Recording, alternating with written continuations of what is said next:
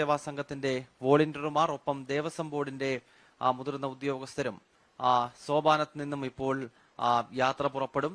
ശരംകുത്തിയിലെത്തി വലിയ സ്വീകരണമാണ് ഈ ഘോഷയാത്രയ്ക്ക് നൽകുന്നത്. പിന്നീട് വാദ്യമേളങ്ങളുടെയും തീവെട്ടിയുടെയും വെളിച്ചപ്പാടുകളുടെയും ഒക്കെ അകമ്പടിയോടുകൂടിയാണ് തിരുവാഭരണ ഘോഷയാത്ര ശബരിമല സന്നിധാനത്തേക്ക് എത്തിച്ചേരുക. മനോജ് ഇപ്പോൾ മരക്കൂട്ടത്ത് നിന്നും ഒരിക്കൽ കൂടി ചേരുകയാണ്. മനോജ്, ശരംകുത്തിയിലാണ് ഇനിയും ഏറ്റവും പ്രധാനപ്പെട്ട ഒരു സ്വീകരണം ഈ കാനനപാതയിലൂടെ എത്തുന്ന തിരുവാഭരണ ഘോഷയാത്രയ്ക്ക് ലഭിക്കുന്നത്. അവിടെ ഒരുക്കങ്ങൾ പൂർത്തിയായി കഴിഞ്ഞു. മരക്കൂട്ടത്തിലെ അന്തരീക്ഷം വിവരിക്കൂ.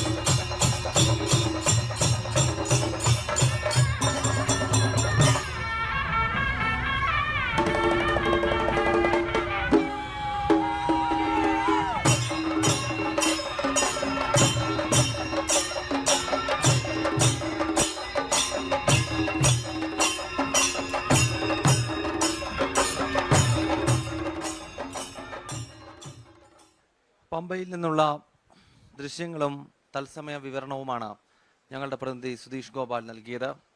ശബരിമലയ്ക്കൊപ്പം പമ്പയിലും വലിയ ഭക്തജന തിരക്കാണ്. മകരവിളക്ക് ദിവസം ഏതാനും നിമിഷങ്ങൾ കഴിഞ്ഞാൽ ശബരിമല ക്ഷേത്രത്തിന്റെ മൂലസ്ഥാനമായ പൊന്നമ്പലമേട്ടിൽ 3 തവണ മകരവിളക്ക് തെളിയുമ്പോൾ ആ ധന്യനിമിഷത്തിനായി പൊന്നമ്പലമേട് ദൃശ്യമാകുന്ന എല്ലാ സ്ഥലങ്ങളിലും അയ്യപ്പ ഭക്തന്മാർ തമ്പടിച്ചിരിക്കുകയാണ്. അതിനാലാണ് പമ്പയിൽ നിന്നുള്ള തത്സമയ വിവരങ്ങൾ കൂടി ഞങ്ങൾ പ്രേക്ഷകരിലേക്ക് എത്തിക്കുന്നത്. തിരുവാഭരണ പേടകങ്ങളിലേക്ക് തിരിച്ചു വന്നു കഴിഞ്ഞാൽ നമുക്കറിയാം, ചന്ദനത്തിൽ നിർമ്മിച്ച 3 പേടകങ്ങളാണ്. അതിൽ ശബരിമല സന്നിധാനത്തേക്ക് വരുന്ന ആദ്യത്തെ പേടകത്തിൽ കിരീടത്തോടു കൂടിയ തിരുമുഖമുണ്ട്. വാള്, അരപ്പട്ട്, എരിക്കിൻ പൂമാല, പൂർണ്ണ പുഷ്കല, ആന, കുതിര, വലംപെരിശങ്ക് തുടങ്ങിയവയാണ് ആദ്യത്തെ പേടകത്തിലുള്ളത്. മാളികപ്പുറത്തേക്ക് പോകുന്ന മറ്റു 2 പേടകങ്ങൾ അതിൽ തങ്കത്തിൽ നിർമ്മിച്ച കലശക്കുടവും പൂജാപാത്രങ്ങളുമാണ്. കാരണം ഇന്ന് മകരവിളക്ക് കഴിഞ്ഞാൽ പിന്നീട് വളരെ വിശേഷാൽപ്പെട്ടാൽ ചടങ്ങുകൾ അയ്യപ്പന്റെ സമാധിയായ മണിമണ്ഡപത്തിലും സമീപത്ത് മാളികപ്പുറത്തും തുടങ്ങുകയാണ്. മാളികപ്പുറത്ത് അമ്മയുടെ എഴുന്നള്ളത്ത് ഉൾപ്പെടെയുള്ള ചടങ്ങുകൾക്ക് വേണ്ടിയാണ് ഈ 2ാമത്തെ പേടകത്തിലുള്ള തങ്കത്തിൽ നിർമ്മിച്ച കലശക്കൂടവും അതോടൊപ്പം തന്നെ പൂജാപാത്രങ്ങളും ഉപയോഗിക്കുക. ചതുരാകൃതിയിലുള്ള 3ാമത്തെ പേടകം സ്വർണ്ണ കുമളകളുള്ള കൊടികൾ, അതോടൊപ്പം തന്നെ നെറ്റിപ്പട്ടം, ജീവിത തുടങ്ങിയവ അടങ്ങുന്നതാണ് ചതുരാകൃതിയിലുള്ള 3ാമത്തെ പേടകം. അങ്ങനെ ആ 3 പേടകങ്ങൾ വഹിച്ചുകൊണ്ട് തിരുവാഭരണ ഘോഷയാത്ര അല്പസമയത്തിനകം തന്നെ ശരംകുത്തിയിലേക്ക് എത്തിച്ചേരും. അവിടെ വലിയ സ്വീകരണം അയ്യപ്പ സേവാ സംഘവും ദേവസ്വം ബോർഡും നൽകുകയാണ്. പിന്നീട് വളരെ പെട്ടെന്ന് തന്നെ വലിയ നടപ്പന്തൽ കടന്ന് തിരുവാഭരണ പേടകങ്ങൾ ശബരിമല സന്നിധാനത്തേക്ക് എത്തുന്ന കാഴ്ച ഭക്തർക്ക് കാണാൻ സാധിക്കും. ശ്രീ പൃഥ്വിപാൽ, തിരുവാഭരണ പേടകങ്ങൾക്കകത്ത് എന്തൊക്കെയാണുള്ളത് എന്നതിനെപ്പറ്റി നമ്മളിവിടെ വിവരിച്ചു. ഇതിന്റെ സുരക്ഷ എത്രത്തോളം വലുതാണ്? ഏത് രീതിയിലുള്ള സുരക്ഷയാണ് തിരുവാഭരണങ്ങൾക്ക് നൽകുന്നത്, പ്രത്യേകിച്ച് ഈ യാത്രയ്ക്ക്? 3 പേടകങ്ങളിലായാണ് തിരുവാഭരണങ്ങൾ ശബരിമലയിലേക്ക് എഴുന്നള്ളിക്കുന്നത്. 1ാമത്തെ പേടകത്തിൽ അങ്ങ് പറഞ്ഞതിൽ നിന്നും ചെറിയ വ്യത്യാസത്തിൽ അത് തിരുത്തിയാൽ 1ാമത്തെ പേടകത്തിലെ തിരുമുഖം, അത് കിരീടത്തോടു കൂടിയ തിരുമുഖം, അതിന് ഇന്ദ്രനീല കല്ലുകൊണ്ടുള്ള കണ്ണുകൾ, തിളങ്ങുന്ന കണ്ണുകളുള്ള ആ വലിയ തിരുമുഖമാണ് ഉള്ളത്. അതിനോടൊപ്പം അതിൻ്റെ പ്രഭാമണ്ഡലം, ആ പ്രഭാമണ്ഡലത്തിന് ഇരുവശവുമായിട്ട് വലിയ ചുരികയും ചെറിയ ചുരികയും അത് ഉണ്ടാകും. ആ ചെറിയ ചുരികയും വലിയ ചുരികയോടുമൊപ്പം 2 ആനകളുടെ ചെറിയ ആന രൂപങ്ങൾ, ഒരു കടുവയുടെ രൂപവും 2 ദേവീ രൂപങ്ങളും അടങ്ങുന്നതാണ് പ്രധാന പേടകത്തിലെ തിരുവാഭരണ പേടകത്തിലുള്ളത്. അതിൽ ഒരു സ്വർണ്ണ തളികയും അതിനോടൊപ്പം ഉണ്ടാകും, വലംപിരി ശംഖും ഉണ്ടാകും. ഇത് ഒന്നാമത്തെ പേടകത്തിൽ ഈ ഉള്ളത് ഈ ആഭരണങ്ങളാണ്. 18ാം പടി കടന്ന് ശബരിമല സന്നിധാനത്ത് ശ്രീകോവിലേക്ക് പോകുന്നതെങ്കിൽ 2ാമത്തെ കളഭ പേടകത്തിൽ അവിടെ രാജപ്രതിനിധിയുടെ നേതൃത്വത്തിൽ നടക്കുന്ന കളഭാഭിഷേകത്തിനുള്ള തങ്ക കലശമാണ് ഉള്ളത്. മൂന്നാമത്തെ പേടകത്തിൽ ധ്വജപേടകം എന്ന്, അല്ലെങ്കിൽ കൊടിപ്പെട്ടി എന്ന് പറയുന്ന ആ വലിയ പേടകത്തിൽ ഈ രണ്ട് പേടകങ്ങൾ മണിമണ്ഡപത്തിന് അടുത്ത് ഉള്ള രാജമണ്ഡപത്തിലേക്കാണ്, മണിമണ്ഡപത്തിന്റെ പിന്നിലായുള്ള രാജമണ്ഡപത്തിലേക്കാണ് പോകുന്നത്. ആ 3ാമത്തെ പേടകത്തിൽ 2 മലകളെ പ്രതിനിധീകരിക്കുന്ന, മലദൈവങ്ങളെ പ്രതിനിധീകരിക്കുന്ന തലപ്പാറ കോട്ടയുടെയും ഉടുമ്പാറ മലയുടെയും പ്രതിനിധീകരിക്കുന്ന 2 കൊടികളാണുള്ളത്. പിന്നീട് ഉള്ളത് അതിൻ്റെ ആ കൊടികൾക്ക് മുകളിലുള്ള ആ കുടയും ആനച്ചമയം.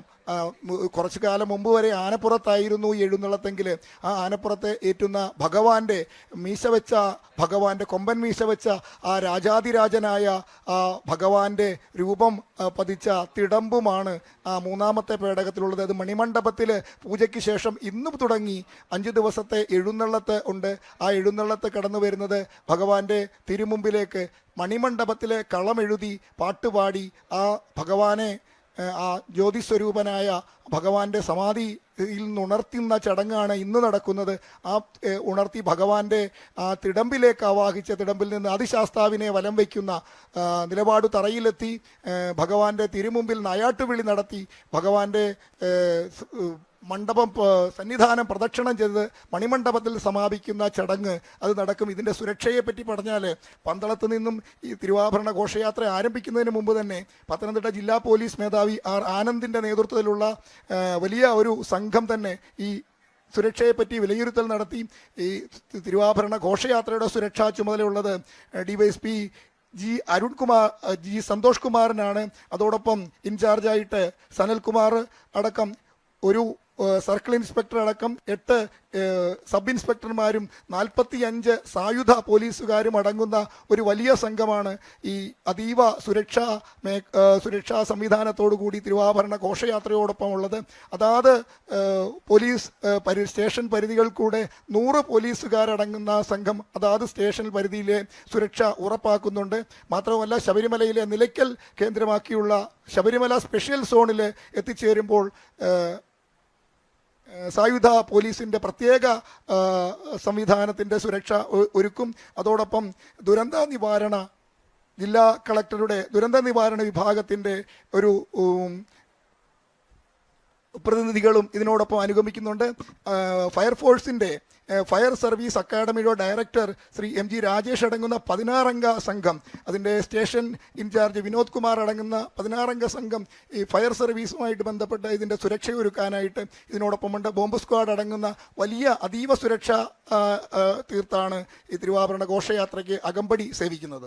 അത്രത്തോളം വളരെ വിപുലമായ രീതിയിലുള്ള ഒരുക്കങ്ങളും അതോടൊപ്പം തന്നെ ചിട്ടവട്ടത്തോടെയുള്ള വ്രതവും ഒക്കെ എടുത്താണ് തിരുവാഭരണ ഘോഷയാത്രയെ അനുഗമിക്കുന്നവരും അത് പാലിച്ചുകൊണ്ടാണ് യാത്രയുടെ ഭാഗമാകുന്നത് എന്ന വസ്തുതയാണ് പൃഥ്വിപാൽ ഇവിടെ വിവരിച്ചത്. ശബരിമല ക്ഷേത്രത്തിൽ നിന്നുള്ള ദൃശ്യങ്ങൾ കാണാം. ഒപ്പം തിരുമുറ്റത്ത് അന്തരീക്ഷം മാറുകയാണ്. അവിടെ മുഴുവൻ ഭക്തരെ കൊണ്ട് നിറഞ്ഞിരിക്കുന്നു.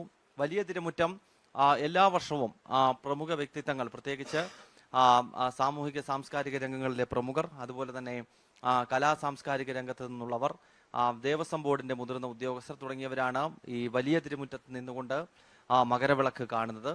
ഒപ്പം താഴെ തിരുമുറ്റത്ത് 18-ാം പടിക്ക് സമീപത്ത് ആഴിയോട് ചേർന്നുള്ള മുറ്റത്ത് സാധാരണ ഭക്തജനങ്ങൾക്ക് നിൽക്കാൻ കഴിയുന്നുണ്ട്. ഇപ്പോൾ പ്രേക്ഷകർ കാണുന്ന ദൃശ്യം സോപാനത്തിന് സമീപമുള്ള കൊടിമരത്തിന് സമീപത്ത് നിന്നുള്ള ദൃശ്യങ്ങളാണ്. അവിടെ ഭക്തരെ കൊണ്ട് നിറഞ്ഞു കഴിഞ്ഞിരിക്കുന്നു. അല്പസമയത്തിനകം തന്നെ സോപാനത്ത് നിന്നും അയ്യപ്പ സേവാ സംഘത്തിന്റെ വോളണ്ടിയർമാർ ശബരി പീഠത്തിലേക്ക് യാത്രയാകും. ഇപ്പോൾ നമുക്ക് മനസ്സിലാക്കാൻ കഴിയുന്നത് തിരുവാഭരണ ഘോഷയാത്ര ശബരി പീഠത്തിൽ എത്തിക്കഴിഞ്ഞിരിക്കുന്നു എന്നതാണ്. അങ്ങനെയെങ്കിൽ അല്പസമയത്തിനകം തന്നെ ശരംകുത്തിയിലേക്ക് ഈ ഘോഷയാത്ര എത്തും. ശരംകുത്തിയിലാണ് അയ്യപ്പ സേവാ സംഘത്തിന്റെ വോളണ്ടിയർമാരും ദേവസ്വം ബോർഡും നൽകുന്ന സ്വീകരണം. അതിനുശേഷം പിന്നീട് വളരെ വേഗത്തിൽ തന്നെ തീവട്ടിയുടെയും അതോടൊപ്പം തന്നെ വാദ്യമേളങ്ങളുടെയും അകമ്പടിയോട് കൂടി തിരുവാഭരണ പേടകങ്ങൾ, 3 പേടകങ്ങൾ മരക്കൂട്ടത്തിലൂടെ വലിയ നടപ്പന്തൽ കടന്ന് പിന്നീട് ചെറിയ തിരുമുറ്റത്തെത്തി അതിൽ മുന്നിൽ വരുന്ന പേടകം ശബരിമല ക്ഷേത്രത്തിനകത്തേക്ക്, അതായത് 18 പടികൾ കടന്ന്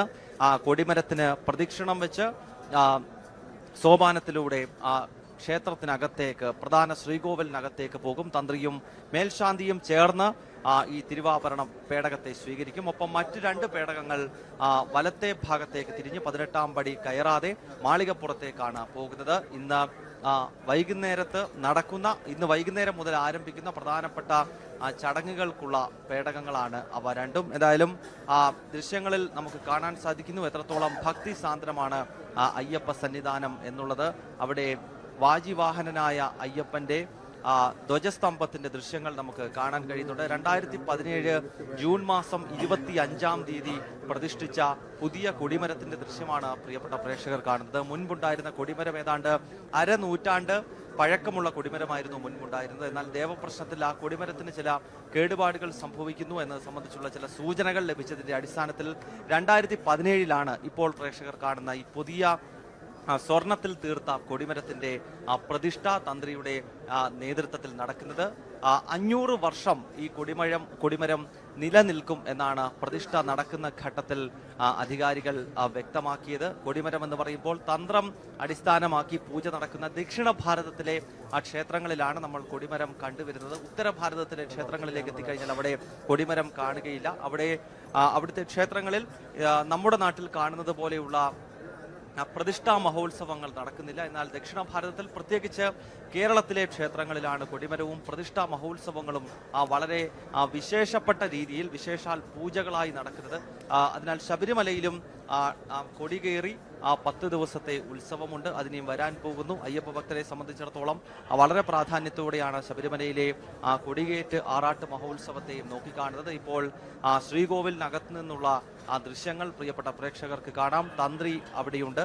അല്പസമയത്തിനകം ഇവിടേക്ക് എത്താൻ പോകുന്ന തിരുവാഭരണ പേടകത്തെ സ്വീകരിക്കുന്നത് മേൽശാന്തിയും തന്ത്രിയും ചേർന്നുകൊണ്ടാണ്. ശ്രീ പൃഥ്വിപാൽ, ഇന്നിപ്പോൾ മകരവിളക്ക് തെളിയുന്നതോടുകൂടി വളരെ പ്രധാനപ്പെട്ട മറ്റു ചടങ്ങുകൾക്ക് കൂടി തുടക്കം കുറിക്കുകയാണ്. താങ്കൾ നേരത്തെ സൂചിപ്പിച്ചതുപോലെ മണിമണ്ഡപത്തിൽ നിന്നുള്ള എഴുന്നള്ളത്തുണ്ട്. അത് തുടർച്ചയായി ഞാൻ പൃഥ്വിപാലിലേക്ക് മടങ്ങി വരാം. മനോജ് മരക്കൂട്ടത്ത് നിന്നും ചേരുകയാണ്. മനോജെ, ഏറ്റവും ഒടുവിൽ ലഭ്യമാകുന്ന വിവരം തിരുവാഭരണ ഘോഷയാത്ര ശബരി പീഠത്തിൽ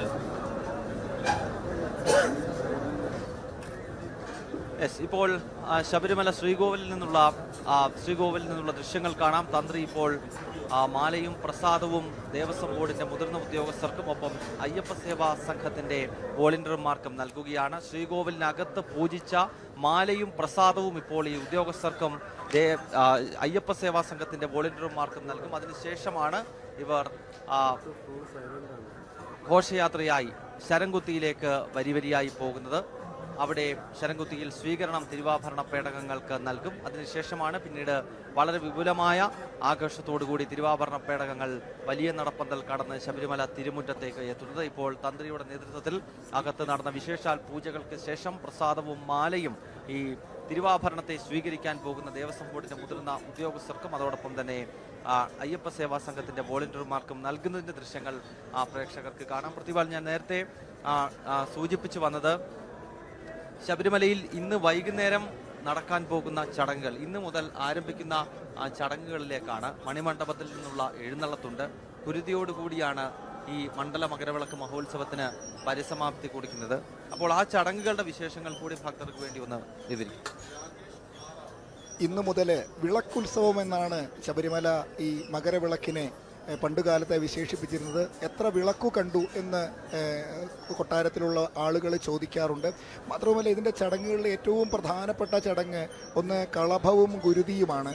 ആ കൊട്ടാരത്തിൻ്റെ രാജപ്രതിനിധി നേരിട്ടെത്തി നടത്തുന്ന കളഭാഭിഷേകം, അതുപോലെ ഗുരുതി പൂജ, ഈ 2 പ്രധാന ചടങ്ങുകൾ കൂടാതെ ഇന്ന് മുതൽ ആരംഭിക്കുന്ന എഴുന്നള്ളത്ത്, നേരത്തെ പറഞ്ഞു ആ വലിയ ധ്വജപേടകത്തിൽ 2 കൊടികളും കുടയും ആനച്ചമയവും തിടമ്പുമാണ് ഉള്ളത്. അത് മണിമണ്ഡപത്തിന് പിന്നിലായുള്ള രാജമണ്ഡപത്തിലേക്കാണ് അത് പോകുന്നത്. രാജമണ്ഡപത്തിൽ നിന്ന് അത് മണിമണ്ഡപത്തിലേക്ക് എടുക്കും. ആ മണിമണ്ഡപത്തിൽ കുന്നക്കാട്ട് കുടുംബത്തിലെ പാരമ്പര്യ അവകാശികളായ, ഇപ്പോൾ അതിൻ്റെ അവകാശിയായിട്ടുള്ള രതീഷ് അയ്യപ്പക്കുറുപ്പിൻ്റെ നേതൃത്വത്തിലുള്ള സംഘം, അവർ ആ പരമ്പരാഗതമായിട്ട് ഇന്ന് രാവിലെ തന്നെ എത്തി മണിമണ്ഡപത്തിൽ വിളക്കു തെളിയിച്ച് മണിമണ്ഡപത്തിലെ ഭഗവാനെ യോഗനിദ്രയിൽ നിന്ന് ഉണർത്തുന്ന ചടങ്ങായിരുന്നു.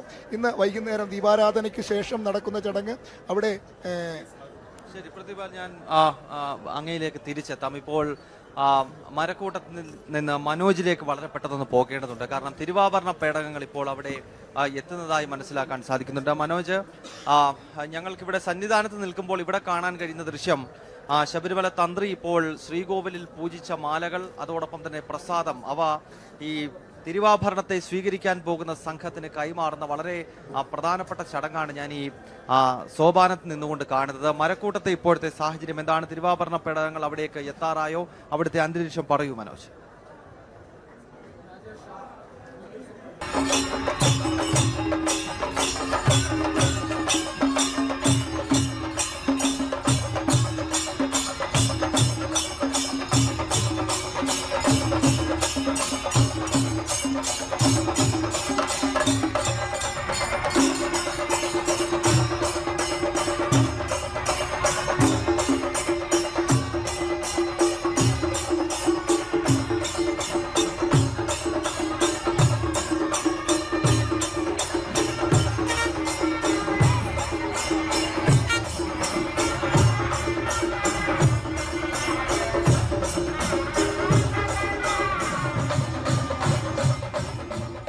തിരുവാഭരണ പേടകങ്ങൾ അല്പസമയത്തിനകം തന്നെ ശരംകുത്തിയിലേക്ക് എത്തിച്ചേരും. തിരുവാഭരണ പേടകങ്ങൾ ശരംകുത്തിയിലേക്ക് എത്തുന്നതിന്റെ ദൃശ്യങ്ങളാണ് പ്രേക്ഷകർ സ്ക്രീനിന്റെ ഒരു ഭാഗത്ത് കാണുന്നത്. മരക്കൂട്ടത്ത് തിരുവാഭരണ പേടകങ്ങൾ എത്തിക്കഴിഞ്ഞിരിക്കുന്നു. മനോജ് അവിടെ നിന്നും ചേരുകയാണ്. മനോജ് പറയൂ.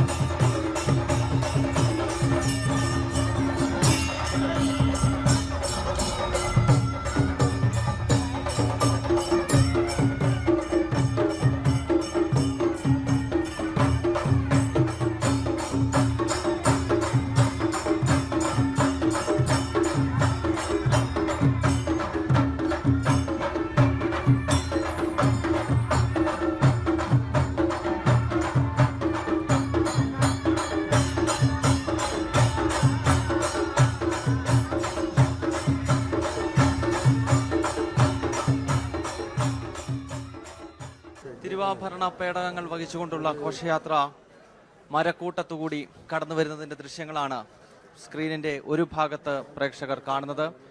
ആയിരക്കണക്കിന് ഭക്തർ പന്തളം വലിയ കോയിക്കൽ ക്ഷേത്രത്തിൽ നിന്ന് ധനുമാസം 28-ാം തീയതി പുറപ്പെട്ട ആ ഘോഷയാത്രയെ അനുഗമിക്കുകയാണ്. ഏതാനും നിമിഷങ്ങൾക്കകം തന്നെ ഈ ഘോഷയാത്ര ശരംകുത്തിയിൽ എത്തിച്ചേരും. ശരംകുത്തിയിൽ തിരുവാഭരണ പേടകങ്ങളെ സ്വീകരിക്കുവാനുള്ള ആ സംഘം ഇപ്പോൾ ഇതാ ശബരിമലയിൽ നിന്നും പുറപ്പെടുകയാണ്. അതായത് 18-ാം പടിക്ക് താഴെ ചെറിയ തിരുമുറ്റത്തെത്തി ഇപ്പോൾ ഉപദേവതകളെ വണങ്ങിയ ശേഷം ശരംകുത്തിയിലേക്ക് യാത്ര തിരിക്കും. ദേവസ്വം ബോർഡിന്റെ മുതിർന്ന ഉദ്യോഗസ്ഥന്മാരും അയ്യപ്പ സേവാ സംഘത്തിന്റെ വോളണ്ടിയർമാരും ചേർന്നുകൊണ്ടാണ് ശരംകുത്തിയിൽ തിരുവാഭരണ പേടകങ്ങൾക്ക് സ്വീകരണം ഒരുക്കുക. പിന്നീട് വാദ്യമേളങ്ങളുടെയും തീവട്ടിയുടെയും ഒക്കെ അകമ്പടിയോടുകൂടി വലിയ നടപ്പന്തൽ കടന്ന് ചെറിയ തിരുമുറ്റത്തെത്തുന്ന തിരുവാഭരണ പേടകങ്ങളിൽ പ്രധാന പേടകം ശബരിമല സോപാനത്തേക്ക് പോകുമ്പോൾ മറ്റു പേടകങ്ങൾ രണ്ടും മാളികപ്പുറത്തേക്ക് പോകുന്നു. ഇപ്പോൾ പ്രിയപ്പെട്ട പ്രേക്ഷകർ കാണുന്ന ദൃശ്യം ഈ തിരുവാഭരണ പേടകങ്ങളെ സ്വീകരിക്കുവാനുള്ള സംഘം 18-ാം പടിക്ക് താഴെ ഉപദേവതകളെ വണങ്ങിയ ശേഷം ഇപ്പോൾ നടപ്പന്തലിലേക്ക് പോകുകയാണ്. അതുവഴി ശരംകുത്തിയിലേക്ക് ഈ സംഘം എത്തുന്നു. അത് കഴിഞ്ഞാൽ അവിടുത്തെ സ്വീകരണ ചടങ്ങ് ശബരിമല സന്നിധാനത്തേക്ക് തിരുവാഭരണ പേടകങ്ങളെത്തും. പിന്നീട് തിരുവാഭരണം ചാർത്തി ദീപാരാധന നടക്കുന്ന വേളയിലാണ് ശബരിമല ക്ഷേത്രത്തിന്റെ മൂലസ്ഥാനമായ പൊന്നമ്പലമേട്ടിൽ ദിവസം അത് ഗുരുതിയോടുകൂടി മാത്രം അവസാനിക്കുന്നതാണ്. അപ്പോൾ ആ ചടങ്ങുകളിലേക്ക് വളരെ വേഗത്തിലൊന്ന് ശബരിമലയിലെ വിളക്കുത്സവം നടത്തുവാനായി രാജപ്രതിനിധി രാജപരിവാരങ്ങളുമായി കൊടയും കൊടിയും ആനച്ചമയങ്ങളും തിരുവാഭരണങ്ങളും ഭഗവാന്റെ കളഭാഭിഷേക ഘോഷയാത്ര ഇന്ന് തിരുവാഭരണ ഘോഷയാത്ര സന്നിധാനത്തെത്തി മകരവിളക്കിന്റെ സംക്രമ സന്ധ്യയിൽ ഭഗവാന്റെ തിരുവിഗ്രഹത്തിൽ ചാർത്തിയുള്ള ദീപാരാധന തൊട്ട് 5 ദിവസക്കാലം നടക്കുന്ന ഉത്സവത്തിനാണ് മകരവിളക്ക് ഉത്സവം എന്ന് നമ്മൾ പൊതുവെ പറയാറുള്ളത്. സാധാരണ കമന്ററികളിലൊക്കെ കേൾക്കാറുണ്ട് ഒരു തീർത്ഥാടന കാലത്തിന്റെ സമാപനമാണ് മകരവിളക്ക് എന്ന്. ശരിക്കും അത് തുടങ്ങുന്നത് ഈ മകര സംക്രമ സന്ധ്യ തുടങ്ങിയാണ്. അന്ന് തുടങ്ങുന്ന 5 ദിവസക്കാലം നടക്കുന്ന വിശേഷപ്പെട്ട ചടങ്ങുകൾ, ആ ചടങ്ങുകൾക്കായിട്ട് പരമ്പരാഗതമായ പല ചടങ്ങുകളും ഇതിനു മുമ്പ് തന്നെ നടക്കുന്നു. ആലങ്ങാട് സംഘത്തിന്റെ പേട്ടകെട്ടൽ, അമ്പലപ്പുഴ സംഘത്തിന്റെ പേട്ടകെട്ടൽ, ആ പേട്ടകെട്ടിയ സംഘങ്ങൾ വന്ന് ഇവിടെ ഈ സംഘാംഗങ്ങൾ വന്ന് പമ്പയിലെ ചടങ്ങുകളും കഴിഞ്ഞ് ഈ സന്നിധാനത്തുണ്ടാകും. ഈ 14-ാം തീയതിയെ ഇന്നത്തെ മകര സംക്രമ പൂജയ്ക്ക് ശേഷം ഈ മകര ദീപാരാധനയ്ക്ക് ശേഷം നടക്കുന്ന പ്രധാന ചടങ്ങ് മണിമണ്ഡപത്തിൽ നിന്നുള്ള എഴുന്നള്ളത്താണ്. നേരത്തെ ഞാൻ സൂചിപ്പിച്ചു, ആ എഴുന്നള്ളത്ത് മണിമണ്ഡപത്തിൽ നിന്ന് ധ്യാനസ്വരൂപനായ ആ സമാധിസ്ഥനായ ഭഗവാനെ ഉണർത്തി ആ തിടമ്പിലേക്ക് ആവാഹിച്ച് അവിടെ നിന്നും എഴുന്നള്ളി ഈ സന്നിധാനത്തിൻ്റെ തിരുമുമ്പിൽ 18-ാം പടിയുടെ താഴെ നിലപാട് തറയിലെത്തി അവിടെ നായാട്ടുവിളി നടക്കും.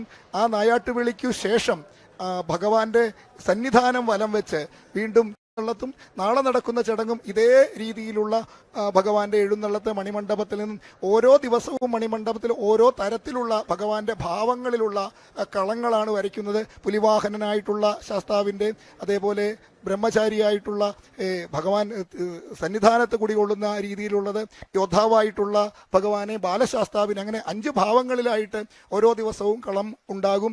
അതിന് 15-ാം തീയതി, അതായത് നാളെ നടക്കുന്നത് എഴുന്നള്ളത്തും ഇതേ രീതിയിൽ നടക്കും. 16-ാം തീയതിയെ പ്രധാന ചടങ്ങ്. രാജപ്രതിനിധി ഇന്ന് സന്നിധാനത്തേക്ക് എത്തുന്നില്ല. രാജപ്രതിനിധിയും സംഘവും എത്തുന്ന രാജപ്രതിനിധിയെ വലിയ നടപ്പന്തലിൽ നിന്ന് സ്വീകരിച്ച് ആനയിക്കുന്ന ഒരു വലിയ ചടങ്ങുണ്ട്. ആ ചടങ്ങിൽ മേൽശാന്തി 18-ാം പടി ഇറങ്ങി ഈ തിരുവാഭരണങ്ങളിലെ വലിയ ചുരിക അദ്ദേഹത്തിന്റെ കൈകളിൽ ഏൽപ്പിച്ചിട്ടാണ് അദ്ദേഹത്തെ കാൽ കഴുകി സ്വീകരിച്ച് കൈപിടിച്ച് 18-ാം പടി കടത്തി തിരുവാഭരണത്തിന്റെ പേടകത്തിലുള്ള ആ സ്വർണ്ണത്തളികയിൽ ആണ് അദ്ദേഹത്തിന് പ്രസാദം നൽകുന്നത്. ആ പ്രസാദം നൽകുന്ന സമയത്ത് പണക്കിഴി അദ്ദേഹം മാളികപ്പുറത്ത് ദർശനം നടത്തും. അവിടെ നിന്ന് രാജമണ്ഡപത്തിലെത്തി ഭക്തർക്ക് ദർശനം നടത്തുന്ന പ്രധാന ചടങ്ങാണ് 16-ാം തീയതി നടക്കുന്നത്. 17-ാം തീയതി ഏറ്റവും വിശേഷപ്പെട്ട അമ്പലപ്പുഴ ആലങ്ങാടു സംഘത്തിന്റെ ചതുശതം വഴിപാട് ഭഗവാന്റെ സന്നിധിയിൽ ചതുശത നിവേദ്യം എന്ന. അപ്പോൾ ആ ചടങ്ങ് നടക്കുന്നത് മഹാചതുശത വഴിപാട് നടക്കും. അതിനുശേഷമാണ് പിറ്റേന്ന് 18-ാം തീയതി പന്തളം കൊട്ടാരത്തിന്റെ പ്രധാനപ്പെട്ട ചടങ്ങ്. ശരിക്കും ഈ പന്തള നിവാസികളും സമീപ പ്രദേശത്തുള്ള എല്ലാവരും കളഭം തൊഴാനായിട്ട് എത്തുന്ന ഒരു ചടങ്ങ് തന്നെയുണ്ട്, രാജകുടുംബാംഗങ്ങൾ തന്നെ. അപ്പോൾ ആ ചടങ്ങിന്റെ അന്ന് തന്നെ രാവിലെയാണ് ആ കളഭാഭിഷേകത്തോടുകൂടി കളഭാഭിഷേകത്തിന്റെ അന്നോടുകൂടി നെയ്യഭിഷേകം സമാപിക്കും. കളഭാഭിഷേകത്തിന്റെ അന്നു തന്നെ ഭഗവാന്റെ തിരുസന്നിധിയിൽ രാജമണ്ഡപത്തിൽ കളഭസദ്യയും നടക്കും. കളഭസദ്യയ്ക്ക് പിറ്റേന്ന് 19-ാം തീയതിയാണ് ഗുരുതി പൂജ നടക്കുന്നത്. ഈ ഗുരുതി പൂജയ്ക്ക് മുമ്പായിട്ടാണ് ഈ കളഭത്തിന്റെ അന്ന് വൈകുന്നേരം രാത്രിയിൽ എഴുന്നള്ളത്ത് നേരെ 18-ാം പടിക്ക് താഴേക്ക് വരാതെ ശരംകുത്തിയിലേക്കാണ് അന്ന് എഴുന്നള്ളുന്നത്. ഭഗവാൻ ശരംകുത്തിയിലേക്ക് വാദ്യമേളങ്ങളോട് കുളത്തിലേക്ക് വരുന്ന ആ ഒരു വലിയ ചടങ്ങുണ്ട്. സാധാരണ ഭക്തരെല്ലാം തന്നെ ഒരു വിഭാഗം ഈ ചടങ്ങുകളെ പറ്റി ധാരണയില്ലാത്തവര് അതിനെ ധരിച്ചു വെച്ചിരിക്കുന്നത് മാളികപ്പുറത്തമ്മയുടെ എഴുന്നള്ളത്താണ്, വിവാഹം നടക്കാത്തതിൻ്റെ മോഹഭംഗമാണ് എന്നൊക്കെ തെറ്റിദ്ധരിക്കുന്ന ഒരു ചടങ്ങ് കൂടിയാണിത്. യഥാർത്ഥത്തിലെ ഭഗവാനാണ്, ആ ശാസ്താവാണ് സമാധിയിൽ നിന്നുണർന്ന് ഭഗവാൻ ശരംകുത്തിയിലേക്ക് എഴുന്നള്ളുന്നത്. ശരംകുത്തിയിലെ ഒരു പ്രത്യേകത, കന്നി അയ്യിച്ച ശരക്കോലുകളാണ് അവിടെ കുന്നുകൂടി കിടക്കുന്നത്. അത് കാണാനായിട്ടാണ് ഭഗവാൻ എഴുന്നള്ളുന്നത്. ഈ ശരക്കോലുകൾക്കൊരു പ്രത്യേകതയുണ്ട്. ആ ശരക്കോലുകളുടെ പ്രത്യേകത ഈ വ്രതധാരണവുമായിട്ട് ബന്ധപ്പെട്ടതാണ്. ആ ശരക്കോല് ഉപേക്ഷിക്കുന്നു എന്ന് പറയുന്നത് ഭഗവാന്റെ പരമ്പരാഗത പാതയിലെ 6 കോട്ടകളും താണ്ടി കോലുകളാണ്. ആ ശരക്കോൽ ഉപേക്ഷിക്കുന്നു എന്ന് പറഞ്ഞാൽ ശരം യുദ്ധത്തിന്റെ പ്രതീകമാണ്. യുദ്ധത്തിന്റെ പ്രതീകമായ ശരം ഉപേക്ഷിക്കുന്നു എന്ന് പറഞ്ഞാൽ യുദ്ധവാസനകളെയും ഹിംസാ നടപടികളെയും അല്ലെ ഹിംസാത്മകമായ ജീവിതശൈലികളെയും ഉപേക്ഷിച്ച് അഹിംസാവാദിയായിട്ട് ഭഗവാന്റെ മുന്നിലേക്ക് പോകുന്നു. അങ്ങനെ ഭഗവാൻ ഈ അവിടെ നിന്നും നിശബ്ദനായി തിരികെ പോരുന്നത് അതിനൊരു പ്രത്യേക ചടങ്ങുണ്ട്. സത്യയുഗത്തിലേക്ക്, കലിയുഗം അവസാനിച്ച് സത്യയുഗത്തിലേക്ക് കൈപിടിച്ചു കയറ്റുക എന്നുള്ളതാണ് ധർമ്മശാസ്താവിന്റെ കർത്തവ്യം. ശരക്കോലുകൾ ഇല്ലാതാകുന്ന കാലത്ത് ലോകത്തെ യുദ്ധവാസനകളും അധർമ്മ ചിന്തകളും ഇല്ലാതായി എന്നുള്ളതാണ്. ഈ ഗുരു പരമ്പര, ശബരിമലയുടെ ഗുരുസ്വാമിമാര് ഭക്തരെ കൂട്ടിക്കൊണ്ടുവരുന്നത് അത്തരത്തിലേക്കാണ്. സ്വയം ഈശ്വരനായി തീരുവാനായിട്ട് ഉള്ള പരിവർത്തനത്തിലേക്ക്, ആ സത്യയുഗത്തിലേക്ക് കൈപിടിച്ചു കൊണ്ടുപോകുന്ന പരമ്പരയുടെ അവസാനമെത്തുമ്പോൾ ശരക്കോലുകളില്ലാത്ത ശരംകുത്തി ദൃശ്യമാകുന്ന കാലത്ത് ലോകത്ത് അധർമ്മ ചിന്തകളും അക്രമവാസനകളും യുദ്ധചിന്തകളും അവസാനിച്ചു എന്നുള്ളതാണ്. ആ സമയത്ത് കലിയുഗം അവസാനിച്ച് സത്യയുഗത്തിലേക്ക് ലോകം കൈപിടിച്ച് നടക്കുന്ന ആ ധർമ്മചിന്തയിലേക്കാണ് ഭഗവാൻ കൂട്ടിക്കൊണ്ടുപോകുന്നത്. ആ വിശാലമായ ആശയമാണ് ലോകത്തിന് സർവധർമ്മ സമഭാവനയിലൂടെ ശാന്തിയുടെ, സമാധാനത്തിന്റെ, ഒരു സത്യയുഗത്തിന്റെ, എല്ലാവരിലും ഈശ്വരനെ കാണുന്ന, സ്വയം ഈശ്വരനാണെന്ന തിരിച്ചറിവിലേക്ക് കൂട്ടിക്കൊണ്ടുപോകുന്ന, കൈപിടിച്ചു നടത്തലാണ് ഈ ധർമ്മത്തിന്റെ തന്നെ, ഈ വിശ്വാസത്തിന്റെ, ഈ ആചരണത്തിന്റെ. അതിലെ 41 ദിവസത്തെ വ്രതാനുഷ്ഠാനം ആ സ്വയം പരിവർത്തനത്തിൻ്റെതാണ്. നാം വ്രതധാരണം തൊട്ട് തിരികെ എത്തി മാലയൂരുന്നത് വരെയുള്ള ചടങ്ങുകളിലെ വ്യത്യസ്തങ്ങളായ ചടങ്ങുകളിലൂടെ നാം സ്വയം പരിവർത്തനം വരുത്തുകയാണ്. ആ സ്വയം വരുത്തുന്ന പരിവർത്തനത്തിൽ ശരീരത്തിനെയും മനസ്സിനെയും ആത്മാവിനെയും ബുദ്ധിയെയും പരിവർത്തനം ചെയ്ത് 6 കോട്ടകളും താണ്ടി 6 കോട്ടകളിലും ഉപേക്ഷിക്കാവുന്ന ഷഡ്വൈരികളെയും ഉപേക്ഷിച്ച് ഏഴാമത്തെ കോട്ടയാകുന്ന സഹസ്രാര പത്മമാകുന്ന 18-ാം പടിയും കടന്ന് ആ 18-ാം പടിയുടെ പ്രത്യേകത നേരത്തെ വിവരിച്ചു. ആ വിവരിച്ചതിൽ നമുക്കറിയാം, അഷ്ടരാഗങ്ങളെയും പഞ്ചേന്ദ്രിയങ്ങളെയും ത്രിഗുണങ്ങളെയും വിദ്യയെയും അവിദ്യയെയും സൂചിപ്പിക്കുന്നതാണ് 18-ാം പടി എന്നുള്ളത്. 18-ാം പടി കടക്കുവാനായിട്ട് തത്വങ്ങളെയും കടക്കുവാനായിട്ട് പ്രാപ്തനാകുക എന്നുള്ളതാണ്. കാമക്രോധ ലോഭമോഹ മഹത മാത്സല്യ ഡംബ അസൂയ എന്നീ അഷ്ടരാഗങ്ങളെയും പഞ്ചേന്ദ്രിയങ്ങളെ നിയന്ത്രിക്കുവാനും ത്രിഗുണങ്ങളെ അടക്കുവാനും വിദ്യ അവിദ്യ സ്വായത്തമാക്കുവാനുമുള്ള ആ ഒരു കഴിവ് നേടുക, ഇതിനെയെല്ലാം ജയിക്കുവാന് ഈ 41 ദിവസത്തെ വ്രതാനുഷ്ഠാനങ്ങളോടുകൂടി നമ്മൾ സ്വയം പരിവർത്തനത്തിന് വിധേയമാകുന്ന ഒരു വലിയ ഒരു സാധനാ പദ്ധതിയിലേക്കാണ് മൂലാധാരത്തിൽ നിന്നും സഹസ്രാരത്തിലേക്ക്, സഹസ്രാരവും ഭേദിച്ച് ബിന്ദുവിലേക്ക് ലയിക്കുവാനുള്ള യോഗ സാധന പോലെ തന്നെ നമ്മുടെ ശരീരത്തിനെ ആ യോഗ സാധനയിലൂടെ ഉയർത്തി സഹസ്രാരമാകുന്ന 18-ാം പടിയും കടന്ന് ഭഗവാനിലേക്ക് നെയ്യാകുന്ന നമ്മുടെ ശരീരബോധമാകുന്ന നാളികേരവും ആത്മബോധമാകുന്ന നെയ്യും ആ നെയ്ത്തേങ്ങ നിറച്ച് അതിലെ നെയ്ത്തേങ്ങയിൽ നിന്ന് നെയ്യിനെ വേർപെടുത്തുന്നത് ശരീരത്തിൽ നിന്നും ആത്മാവിനെ വേർപെടുത്തി ബിന്ദുവിലേക്ക് ലയിപ്പിച്ച് മോക്ഷപദത്തിലേക്ക്, ശരിയായി പറഞ്ഞാൽ നമ്മുടെ ആത്മബോധത്തെ പ്രപഞ്ചബോധവുമായി ലയിപ്പിക്കുന്ന ആ വലിയ ആ സാംസ്കാരിക പരിവർത്തനത്തിന് അതിനാണ് നമ്മൾ ഈ പ്രതീകാത്മകമായി സാക്ഷ്യം വഹിക്കുന്നത്. ആ വലിയ വിശാലമായ തീർത്ഥാടന പദ്ധതിയാണ്. അത് മനസ്സിലാക്കുക. സകല ചരാചര ജീവികളിലും ധ്യാനധ്യാതൃധ്യേയ രൂപങ്ങളിലെല്ലാം ഈശ്വരനെ ദർശിക്കുവാനുള്ള തരത്തിലേക്ക് ഉയരുകയും ചെയ്യുന്ന തലമാണ് ഈ 41 ദിവസത്തെ വ്രതാനുഷ്ഠാനങ്ങളിലൂടെ നാം കൈവരിക്കുന്നത്. അതാണ് ശബരിമലയുടെ തത്വവും, അതാണ് സർവധർമ്മ സമഭാവനയിലേക്ക് സത്യയുഗ വരദനാണ് ധർമ്മശാസ്താവ് എന്നുള്ളത്. അധർമ്മശക്തികൾ നടനമാടുന്ന കലിയുഗത്തിൽ ഭക്തന് ആശ്രയമാകുന്നത് അയ്യപ്പസ്വാമിയും ധർമ്മശാസ്താവുമാണ്. അതുതന്നെയാണ് ശബരിമല എന്ന ഈ കാനന ക്ഷേത്രത്തിന്റെ ഏറ്റവും വലിയ പ്രത്യേകതയും. ശബരിമല ക്ഷേത്രത്തെ മറ്റെല്ലാ പമ്പ, ഒപ്പം വലിയ നടപ്പന്തൽ തുടങ്ങിയ സ്ഥലങ്ങളിലെല്ലാം അയ്യപ്പ ഭക്തന്മാർ തമ്പടിച്ചിരിക്കുകയാണ് മകരജ്യോതിയും മകരവിളക്കും കാണുന്നതിനായി. ശബരിമല സന്നിധാനമാകെ ഇപ്പോൾ സ്വാമിയെ ശരണമയ്യപ്പ എന്ന ദിവ്യമന്ത്രങ്ങൾ കൊണ്ട് മുഖരിതമായിരിക്കുന്നു. എവിടെയും പർണശാലകൾ തീർത്ത് അവിടെ ഭജന പാടിയും മറ്റും 18-ാം പടിക്ക് സമീപത്തുമെല്ലാം ഭക്തരുടെ വലിയ പ്രവാഹം നമുക്ക് കാണാൻ കഴിയുന്നുണ്ട്. ശബരിമല സന്നിധാനം ലക്ഷ്യമിട്ടുകൊണ്ട് തിരുവാഭരണ ഘോഷയാത്ര ഇപ്പോൾ ശരംകുത്തിയിലേക്ക് എത്തുന്നു. തിരുവാഭരണ പേടകങ്ങളെ സ്വീകരിക്കുവാനുള്ള സംഘം ശബരിമലയിൽ നിന്നും ശരംകുത്തിയിലേക്ക് യാത്ര തിരിച്ചതിന്റെ ദൃശ്യങ്ങളും നമ്മൾ അല്പസമയം മുൻപ് കണ്ടതാണ്. ഇവിടെ പ്രതിവാൽ അല്പസമയം മുൻപ് സൂചിപ്പിച്ചത്, ഇന്ന് മുതൽ വളരെ വിശേഷപ്പെട്ട ചടങ്ങുകൾ ശബരിമലയുമായി അഭേദ്യമായ ബന്ധമുള്ള പല സ്ഥലങ്ങളിലായി നടക്കുന്നു എന്ന കാര്യങ്ങൾ കൂടി ഈ ഘട്ടത്തിൽ നമുക്ക് ഓർത്തെടുക്കേണ്ടതുണ്ട്. അതിലൊന്ന് എരുമേലി പേട്ടയുമായി ബന്ധപ്പെട്ടതാണ്. ജനുവരി മാസം 11-ാം തീയതി, മലയാള മാസം ധനുമാസം 27-നായിരുന്നു എരുമേലി മാതാവിന്റെ, അയ്യപ്പന്റെ മാതൃ കുടുംബത്തിന്റെ അവകാശമുള്ളവരാണ്. വൈകുന്നേരം ആലങ്ങാട് സംഘത്തിന്റെ പേട്ടയുണ്ട്. മഹാദേവന്റെ പ്രതീകമായി, അതായത് അയ്യപ്പന്റെ അച്ഛന്റെ പ്രതീകമായി ഉള്ള ആലങ്ങാട് സംഘത്തിന്റെ പേട്ട വൈകുന്നേരം നടക്കുന്നു. ഉച്ചയ്ക്ക് അമ്പലപ്പുഴ സംഘത്തിന്റെ പേട്ടകെട്ട് ആരംഭിക്കുന്നത് തന്നെ ആകാശത്ത് വട്ടമിട്ട് പറക്കുന്ന ശ്രീകൃഷ്ണ പരന്തനെ സാക്ഷ്യം നിർത്തിയാണ്. നമുക്കറിയാം, അമ്പലപ്പുഴ ശ്രീകൃഷ്ണൻ ഉഷപൂജയ്ക്ക് ശേഷം, ആ ക്ഷേത്രത്തിലെ ഉഷപൂജയ്ക്ക് ശേഷമാണ് അമ്പലപ്പുഴ സംഘത്തിന്റെ പേട്ടകെട്ട് ആരംഭിക്കുന്നത് തന്നെ. അപ്പോൾ ഉഷപൂജയ്ക്ക് ശേഷം അമ്പലപ്പുഴ ശ്രീകൃഷ്ണൻ അവിടെ സാന്നിധ്യമായി ഗരുഡവാഹനായി എത്തുന്നു എന്ന സങ്കല്പത്തിലാണ് പേട്ടകെട്ടുന്ന സംഘം. ശ്രീകൃഷ്ണ പരന്തിനെ കണ്ടതിന് ശേഷമേ എരുമേലിയിലെ കൊച്ചമ്പലത്തിൽ നിന്നും പേട്ടകെട്ടൽ ആരംഭിക്കുകയുള്ളൂ. അതിനുശേഷം പിന്നീട് ആലങ്ങാട്ട് സംഘത്തിന്റെ പേട്ട ആരംഭിക്കുന്നത് വൈകുന്നേരം വെള്ളി നക്ഷത്രം കാണുന്നതിന്റെ അടിസ്ഥാനത്തിലാണ്.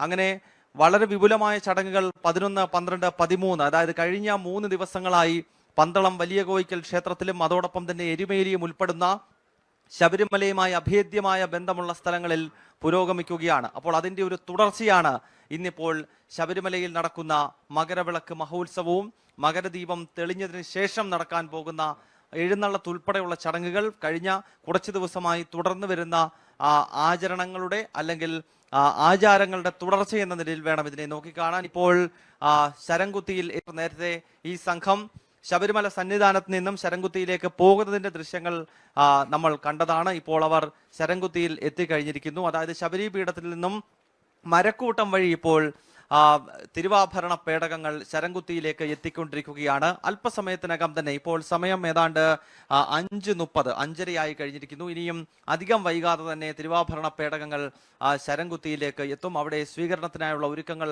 എല്ലാം പൂർത്തിയായി കഴിഞ്ഞിരിക്കുകയാണ്. ആ സ്വീകരണ ചടങ്ങുകൾ അവിടെ പൂർത്തീകരിച്ചാൽ പിന്നീട് വളരെ പെട്ടെന്ന് ഈ 3 പേടകങ്ങൾ വഹിച്ചുകൊണ്ടുള്ള ഘോഷയാത്ര, ഈ തിരുവാഭരണ പേടകങ്ങൾ ഒന്ന് കാണുവാൻ പറ്റുമെങ്കിൽ അതിൽ നിന്ന് തൊട്ടുതൊഴുക എന്ന ലക്ഷ്യത്തോടുകൂടി വലിയ നടപ്പന്തലിന്റെ ഇരുഭാഗങ്ങളിലായി തിങ്ങി നിറഞ്ഞു നിൽക്കുകയാണ്. അതിനുശേഷം പിന്നീട് വളരെ പെട്ടെന്ന് തന്നെ ഈ പേടകങ്ങൾ ആഴി അടങ്ങുന്ന ആ ചെറിയ തിരുമുറ്റത്തേക്കും പുറത്തേക്കും പോകുന്ന കാഴ്ചകൾ അധികം വൈകാതെ തന്നെ പ്രിയപ്പെട്ട പ്രേക്ഷകർക്ക് കാണാൻ സാധിക്കും. എന്തായാലും ഇപ്പോൾ കാണുന്നത് ശബരി ഈ തിരുവാഭരണ പേടകത്തെ സ്വീകരിക്കുന്നതിനായിട്ടുള്ള സംഘം ശബരി പീഠത്തിന് സമീപത്തായി ശരംകുത്തിയിലായി എത്തിയിരിക്കുന്നു. അവിടെ നിന്നുള്ള ദൃശ്യങ്ങളിലേക്ക് എത്തുകയാണ്. അങ്ങ് പലതവണ ഈ തിരുവാഭരണ പേടകത്തിനൊപ്പം യാത്ര ചെയ്ത ഒരു വ്യക്തി എന്ന നിലയിലുള്ള അനുഭവങ്ങൾ നേരത്തെ താങ്കൾ പറഞ്ഞതാണ്.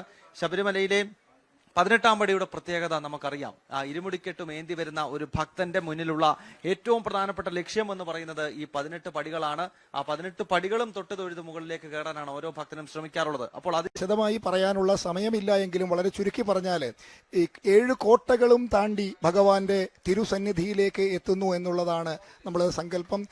പെരിയ പാത അല്ലെങ്കിൽ എരുമേലി വഴിയുള്ള കാനനപാത, കരിമലയിലുള്ള പാതയിലൂടെ ഉള്ള 7 കോട്ടകളാണ് താണ്ടി സന്നിധാനത്തെത്തുന്നതിലെ 7ാമത്തെ കോട്ടയായിട്ടാണ് 18-ാം പടിയെ സങ്കല്പിച്ചിട്ടുള്ളത്.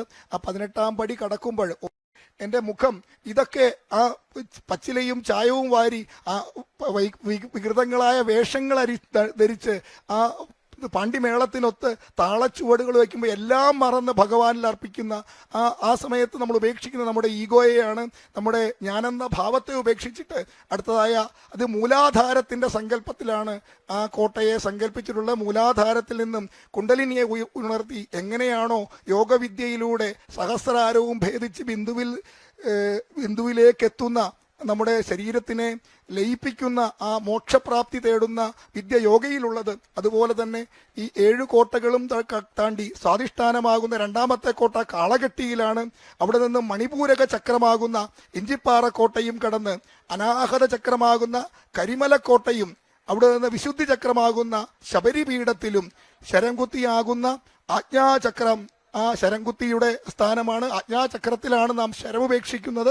അവിടെ നിന്നും 18-ാം പടിയിൽ ആ സഹസ്രാര പത്മത്തിന്റെ ആ സഹസ്രാരവും കടന്നാണ് ഭഗവാനിലേക്ക് ബിന്ദുവിലേക്ക് ലയിക്കുന്നത്. ആ സഹസ്രാരം കടക്കുവാനാണ്.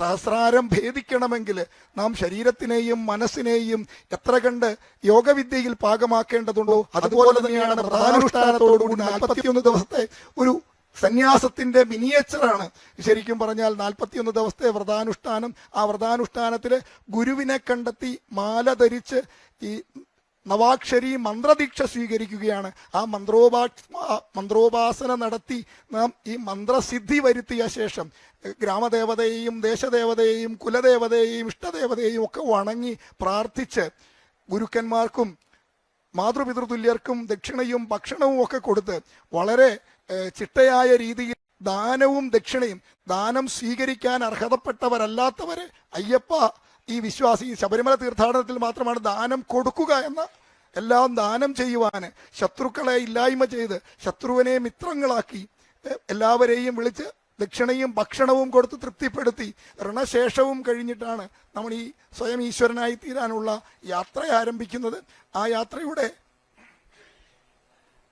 സ്വയം ശരീരത്തിനെയും മനസ്സിനെയും ബുദ്ധിയെയും പാകപ്പെടുത്തുന്ന ആ ചടങ്ങിലേക്ക് ആ സ്വയം പരിവർത്തനം ചെയ്ത് അവസാനം എത്തി ശുദ്ധമായ ശരീരത്തിൽ നിന്ന് ആത്മബോധമാകുന്ന നെയ്യിനെ ശരീരത്തിൽ നിന്ന് വേർപെടുത്തി എങ്ങനെയാണോ ഭഗവാനിലേക്ക് ലയിപ്പിക്കുന്നത്, അതുപോലെ ബിന്ദുവിലേക്ക് സഹസ്രാരത്തിൽ നിന്നും സഹസ്രാരവും ഭേദിച്ച് നമ്മുടെ ആത്മാവിനെ പരമാത്മാവിലേക്ക് ലയിപ്പിക്കുന്ന ആ യോഗവിദ്യയുടെ ക്രമാനുഗതമായ ആധ്യാത്മിക തലമാണ്. ശരീരം കൊണ്ട് നാം ഈ 7 കോട്ടകളും കടന്ന് 7 ഇടങ്ങളിലും നാം ഉപേക്ഷിക്കേണ്ടതിനേക്ക് ഉപേക്ഷിച്ച് ധർമ്മ പദ്ധതിയിലേക്ക്, അയ്യപ്പ ധർമ്മത്തിലേക്ക്, ആ അയ്യപ്പ ധർമ്മത്തിലെത്തി. ഇതിനകത്തിൽ ഏറ്റവും പ്രധാനപ്പെട്ടത് ഗുരുവിനെ പൂജിക്കുക എന്നുള്ളതും ഗുരുവിന് ദക്ഷിണ നൽകുക എന്നുള്ളതും. ഇതിനകത്തിലെ വേറൊരു ചടങ്ങ് പമ്പാ സദ്യയും പമ്പ വിളക്കും പമ്പാ തർപ്പണവുമൊക്കെയാണ്. ഈ ചടങ്ങുകളെല്ലാം പൂർത്തിയാക്കി ഓരോ സ്ഥലങ്ങളിലുമുള്ള ആചരണങ്ങൾ പൂർത്തിയാക്കി തിരികെ നമ്മൾ ഭഗവാനിൽ ഈശ്വരനിലേക്ക് ലയിപ്പിച്ച ആ നെയ്യുടെ സംവാദവും കൊണ്ടാണ് നാം തിരികെ പോകുന്നത്. അതാണ് വിശുദ്ധിയായ ആ നെയ്യാണ് പ്രസാദമായി നാം നമ്മുടെ ബന്ധുജനങ്ങൾക്കും സുഹൃജനങ്ങൾക്കും ഒക്കെ പങ്കുവയ്ക്കുന്നത്. അതാണ് ശബരിമലയിലെ ഏറ്റവും വിശേഷമായ പ്രസാദം. നമ്മുടെ ശരീരബോധമാകുന്ന ആ നാളികേരത്തിനെ അവിടുത്തെ ഹോമകുണ്ഡമാകുന്ന അഗ്നിയിലേക്ക് ലയിപ്പിച്ച് ഭസ്മാന്തം ശരീരബോധത്തിനെ ഭസ്മമാക്കി ആത്മബോധത്തിനെ ഈശ്വര തുല്യമാക്കി ആ പ്രസാദമാണ് നാം ബന്ധുജനങ്ങൾക്കായി പ്രസാദമായി കൊണ്ടുപോകുന്നത്. ആ പ്രസാദം വിതരണം ചെയ്തിട്ട് പിന്നീട് മാലയൂരൽ ചടങ്ങ് നൽകി. എവിടെയാണോ മാലയിട്ടത്, ഏത് ഗുരുഭൂതനിൽ നിന്നാണോ മാല സ്വീകരിച്ചത്, അവിടെ തന്നെ വ്രതം മുറിച്ചിട്ട് പിന്നീട് സ്വാഭാവികമായ ജീവിതത്തിലേക്കുള്ള തിരിച്ചുപോക്കല്ല, പിന്നീട് പക്വതയാർന്ന ഒരു ഉന്നത തലത്തിൽ ചിന്തിക്കുകയും വിശാലമായ കാഴ്ചപ്പാടോടുകൂടി എല്ലാവരിലും ഈശ്വരനെ ദർശിക്കാനുള്ള തലത്തിലേക്ക് ഉയരുകയും ചെയ്യുന്ന തീർത്ഥാടന പദ്ധതിയാണിത്. ഈ തീർത്ഥാടന പദ്ധതിയുടെ സത്ത ഉൾക്കൊണ്ട് ആ സത്ത പകർന്നു കൊടുക്കുവാനും ആ പകർന്നു കൊടുത്ത് ഈ പകർന്നു കൊടുക്കുന്ന ആളുകളെയും ഈ സാധനാ പദ്ധതിയിലേക്ക് കൈപിടിച്ച് നടത്തുന്ന ഗുരുഭൂതന്മാരുടെ സംഘങ്ങളാണ് ശബരിമലയിലേക്ക് എത്തുന്നത്. അല്ലാതെ ഒരാൾ ഒരിക്കൽ ആരുടെയോ അടുത്തു നിന്ന് മാലയിട്ട് ഒറ്റയ്ക്ക് വന്ന് പോകുന്നതല്ല. യഥാർത്ഥ ചടങ്ങുകളെല്ലാം പൂർത്തിയാക്കിയാണ് ശബരിമലയിലേക്ക് വരേണ്ടത്. അതെല്ലാം ഒരു ഗുരുഭൂതന്റെ സാന്നിധ്യത്തിൽ വേണം. ഗുരുഭൂതന്റെ നേതൃത്വമുള്ള സംഘങ്ങളാണ് ഇത് പൂർത്തിയാക്കേണ്ടത്. ശ്രീ പ്രതിപാൽ, ഇപ്പോൾ ശരംകുത്തിയിൽ നിന്നുള്ള ദൃശ്യങ്ങൾ നമുക്ക് ലഭ്യമാകുകയാണ്. ശബരി പീഠവും മരക്കൂട്ടവും കടന്ന് തിരുവാഭരണ പേടകങ്ങൾ ഇപ്പോൾ ശരംകുത്തിയിൽ എത്തിയിരിക്കുന്നു. അവിടെ ദേവസ്വം ബോർഡിന്റെയും അയ്യപ്പ സേവാ സംഘത്തിന്റെയും വളരെ വിപുലമായ രീതിയിലുള്ള സ്വീകരണങ്ങൾ ആ പേടകങ്ങൾ ഏറ്റുവാങ്ങുകയാണ്. ധനുമാസം 28-ാം തീയതി പുറപ്പെട്ട തിരുവാഭരണ ഘോഷയാത്ര ഏതാണ്ട് 13 വില്ലേജുകൾ 83 കിലോമീറ്റർ കടന്ന് പരമ്പരാഗത കാനനപാതകൾ താണ്ടി കാടും മേടും കാട്ടാറുകളും മലഞ്ചെരുവുകളും ഒക്കെ കടന്നാണ് ഇപ്പോൾ ശബരിമല സന്നിധാനം ലക്ഷ്യമാക്കി ശരംകുത്തിയിൽ ആ പേടകങ്ങൾ എത്തിയിരിക്കുന്നത്. ഇപ്പോൾ 3 പേടകങ്ങളും ഇറക്കിയുള്ള ആ പൂജ അവിടെ നമുക്ക് കാണാൻ സാധിക്കുന്നുണ്ട്. ദേവസ്വം ബോർഡും അയ്യപ്പ സേവാ സംഘവും നൽകുന്ന സ്വീകരണമാണ്. ഇതിനുശേഷം വാദ്യമേളങ്ങളുടെയും തീവട്ടിയുടെയും ഒക്കെ അകമ്പടിയോടുകൂടി തിരുവാഭരണ പേടകങ്ങൾ വളരെ പെട്ടെന്ന് തന്നെ ശബരിമല സന്നിധാനത്തേക്ക് എത്തിച്ചേരും. വലിയ ഭക്തജന പ്രവാഹം ശബരിമല ക്ഷേത്രത്തിൽ കഴിഞ്ഞ ഒരാഴ്ചയായി മകരവിളക്ക് ദർശിക്കുന്നതിനായി അനുഭവപ്പെടുകയാണ്. ഇന്നിപ്പോൾ പൂഴിമണ്ണ് വാരിയെറിഞ്ഞാൽ നിലത്തു വീഴാത്ത വിധത്തിലുള്ള ഭക്തജന തിരക്കാണ് ശബരിമല ക്ഷേത്രത്തിലും പരിസര പ്രദേശങ്ങളിലും ഉള്ളത്. ഇപ്പോൾ ശരംകുത്തിയിൽ നൽകുന്ന തിരുവാഭരണത്തിന് നൽകുന്ന സ്വീകരണങ്ങളുടെ ദൃശ്യങ്ങളിലേക്കാണ്. പിന്നീട് തിരുവാഭരണ പേടകങ്ങൾ ശബരിമല സന്നിധാനത്ത് എത്തിക്കഴിഞ്ഞാൽ വളരെ പെട്ടെന്ന് തന്നെ തിരുവാഭരണം ചാർത്തിയുള്ള ദീപാരാധന തന്ത്രിയുടെയും അതുപോലെ തന്നെ മേൽശാന്തിയുടെയും നേതൃത്വത്തിൽ നടക്കും. ആ ദിവ്യ നിമിഷത്തിലാണ് പൊന്നമ്പലമേട്ടിൽ മകരവിളക്കും മകരജ്യോതി ആകാശത്ത് മിന്നിത്തിളങ്ങുന്ന മകരജ്യോതിക്കും വളരെ പ്രാധാന്യം അയ്യപ്പ ഭക്തർ നൽകുന്നു. ജനം ടിവിയുടെ കമന്റ് ബോക്സിൽ തന്നെ വരുന്ന വളരെ പ്രധാനപ്പെട്ട ഒരു കമന്റ് ഈ അയ്യപ്പ ജ്യോതി കൂടി കാണിക്കണം എന്ന് സംബന്ധിച്ചാണ്. തീർച്ചയായിട്ടും എല്ലാ വർഷവും മകരവിളക്കിനും അതോടൊപ്പം തന്നെ മകരജ്യോതിക്കും ഒരുപോലെ പ്രാധാന്യം ജനം ടി വി നൽകാറുണ്ട്. അതിനാൽ ഈ കിഴക്കൻ ചക്രവാളത്തിന് മുകളിൽ പ്രത്യക്ഷപ്പെടുന്ന മകരജ്യോതി എന്ന നക്ഷത്രവും മകരവിളക്കും അത് പ്രത്യേകം തന്നെ പ്രിയപ്പെട്ട പ്രേക്ഷകരിലേക്ക് എത്തിക്കും എന്ന കാര്യം കൂടി ഈ ഘട്ടത്തിൽ ഓർമ്മപ്പെടുത്തുകയാണ്. അതായത് പ്രതിപാൽ, ഈ മകരജ്യോതിയും മകരവിളക്കും തമ്മിലുള്ള വ്യത്യാസം അതിപ്പോൾ ആളുകൾക്കിടയിൽ തന്നെ ഒരു വിഭാഗം ആളുകൾക്കിടയിലെങ്കിലും അതൊരു കൺഫ്യൂഷൻ ഉണ്ട്. തീർച്ചയായിട്ടും മകര സംക്രമ സന്ധ്യയില് കിഴക്കൻ ചക്രവാളത്തിൽ ഉദിക്കുന്ന നക്ഷത്രമാണ് മകര ജ്യോതിസ്. മകരവിളക്ക് എന്ന് പറയുമ്പോൾ ഈ മകരവിളക്കിന്റെ വിളക്കു കാണൽ എന്ന് പറഞ്ഞാല് പഞ്ചശാസ്ത്ര സങ്കല്പങ്ങളില് കുളത്തൂപ്പുഴയിലെ കൗമാരഭാവത്തിലിരിക്കുന്ന ശാസ്താവും ആര്യങ്കാവിലെ നവയൗവനയുക്തനായ ശാസ്താവും അച്ചൻകോവിലിലെ ഗൃഹസ്ഥാശ്രമിയായിട്ടുള്ള ശാസ്താവിന്റെയും ഭാവങ്ങളിൽ നാം ശാസ്താവിനെ ഈ 3 സ്ഥലങ്ങളിൽ ദർശിക്കാറുണ്ട്. നൈഷ്ഠിക ബ്രഹ്മചാരിയായുള്ള ശാസ്താവിന്റെ സ്വരൂപമാണ് ശബരിമലയിലുള്ളത്. 5ാമത്തെ ശാസ്താവിന്റെ സ്വരൂപം അത് ജ്യോതിസ്വരൂപനായ ശാസ്താവാണ്. അതാണ് പൊന്നമ്പലമേട്ടിൽ കുടികൊള്ളുന്ന പ്രപഞ്ചം മുഴുവൻ നിറഞ്ഞു നിൽക്കുന്ന ശക്തിസ്രോതസ്സായ അതീവ സത്യപ്രകാശമായി നിലകൊള്ളുന്ന സത്യയുഗത്തിന്റെ പ്രതീകമായ ആ ഭഗവാന്റെ 5ാമത്തെ ഭാവമായ ജ്യോതിസ്വരൂപനായ ഭഗവാനെ ആ പൊന്നമ്പലമേട്ടിലെ ആ ജ്യോതിയായിട്ട് ദിവ്യ ജ്യോതിസായിട്ട് ഈ മകരസംക്രമ സന്ധ്യയിൽ ഈ സംക്രമ മുഹൂർത്തത്തിൽ ആ ജ്യോതിസായിട്ട് ദർശിച്ച് 3 പ്രാവശ്യം ദർശിക്കുന്നതാണ് മകരവിളക്ക്. ആ വിളക്കിന്റെ ആ പൊന്നമ്പലമേട്ടിലെ ഭാവത്തിലെ 5ാമത്തെ ഭാവത്തിലാണ് ഭഗവാന്റെ ഓറയാണ്, അതായത് അദൃശ്യനായ ശാസ്താവ്. ആ അദൃശ്യനായ ശാസ്താവിനെ ദൃശ്യവൽക്കരിക്കുവാൻ ദീപത്തിന്റെ സാന്നിധ്യം, ആ ദീപത്തിന്റെ സാന്നിധ്യത്തിൽ നിന്ന് നാം ഭഗവാനെ ദർശിക്കുന്നു ജ്യോതിസ്വരൂപനായിട്ട്. അതാണ് അവിടുത്തെ സങ്കല്പം. അന്ന് മുതൽ 7 ദിവസക്കാലം ആ നക്ഷത്രത്തിന്റെ സാന്നിധ്യം ആ കിഴക്കൻ ചക്രവാളത്തിൽ കാണാം. ഓരോ ദിവസവും അത് അല്പാൽപ്പം ഉയർന്നുയർന്ന് വിവിധ സ്ഥലങ്ങളിൽ ആ നക്ഷത്രം ദൃശ്യമാകുന്നുണ്ട്. സന്നിധാനത്ത് നിന്നാൽ അതിന്റെ വ്യത്യാസം മനസ്സിലാക്കാൻ സാധിക്കും. എന്നും അതിന്റെ നക്ഷത്രത്തിന്റെ സ്ഥാനം ഉയരങ്ങളിലേക്ക് പോയി 5-6 ദിവസം കഴിയുമ്പോൾ ആ നക്ഷത്രം മറയുന്ന കാഴ്ചയും നമുക്ക് ആ വിശേഷ നക്ഷത്രമാണ് മകര ജ്യോതി. ആ മകരജ്യോതി ഉദിക്കുന്നത് ഈ പുണ്യസുദിനത്തിലാണ്. അതിനാണ് ജ്യോതിസ്വരൂപനായ ഭഗവാനെ വിളക്ക് രൂപത്തില് ചക്രവാളത്തിൽ, അതായത് പൊന്നമ്പലമേട്ടില് ദൃശ്യമാക്കുന്ന ആ ദിവ്യ മുഹൂർത്തം. ആ ദിവ്യ മുഹൂർത്തത്തിനായിട്ടാണ് ഭഗവാനെ ആരാധിക്കുന്നവര് ഭഗവാന്റെ ആ ജ്യോതിസ്വരൂപനായിട്ട് കൺകുളിർക്കെ ഭഗവാന്റെ പ്രപഞ്ചം മുഴുവൻ നിൽക്കുന്ന ശക്തിസ്വരൂപനായ ഭഗവാനെ ജ്യോതിസ്വരൂപനായി ദർശിച്ച് 1 വർഷത്തേക്കുള്ള അവരുടെ ചൈതന്യം വീണ്ടും പൂരിതമാക്കിക്കൊണ്ട് മലയിറങ്ങുന്ന ആ അസുലഭ നിമിഷത്തിന് സാക്ഷ്യം വഹിക്കാനാണ് വിവിധ സ്ഥലങ്ങളിൽ ഈ ദൃശ്യം കാണുവാനായിട്ട് ഭക്തലക്ഷങ്ങൾ തടിച്ചുകൂടിയിരിക്കുന്നത്.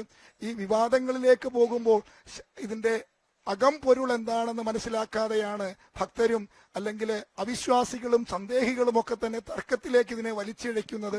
ഈ പുണ്യനിമിഷത്തില് ഈ ജ്യോതിസ്വരൂപനെ കണ്ട് മലയിറങ്ങുന്ന ഭക്തരുടെ ആത്മനിർവൃതി, അതിന്റെ ആ ഭാഗ്യം അനുഭവിക്കുവാൻ ഈ സന്നിധാനത്ത് നിന്ന് ഈ ദൃശ്യങ്ങളിലേക്ക് ആ കിഴക്കൻ ചക്രവാളത്തിലേക്ക് നോക്കി നിൽക്കാൻ പൊന്നമ്പലമേട്ട് നോക്കി നിന്നുകൊണ്ടാണ് ഈ കമന്ററി ഇവിടെ നിന്ന് ഈ നമ്മൾ പറഞ്ഞുകൊണ്ടിരിക്കുന്നത്. ആ ദൃശ്യമാകുന്ന ജ്യോതിയും കാത്ത് ഇരിക്കുന്ന ഈ അസുലഭ നിമിഷം, ഈ സന്നിധാനത്തെ ശരണം വിളികളുടെ ആരവങ്ങൾ കേൾക്കുമ്പോൾ ഉണ്ടാകുന്ന ആത്മനിർവൃതി, അത് അനുഭവിച്ചറിയുക ഒരു മഹാഭാഗ്യമാണ്.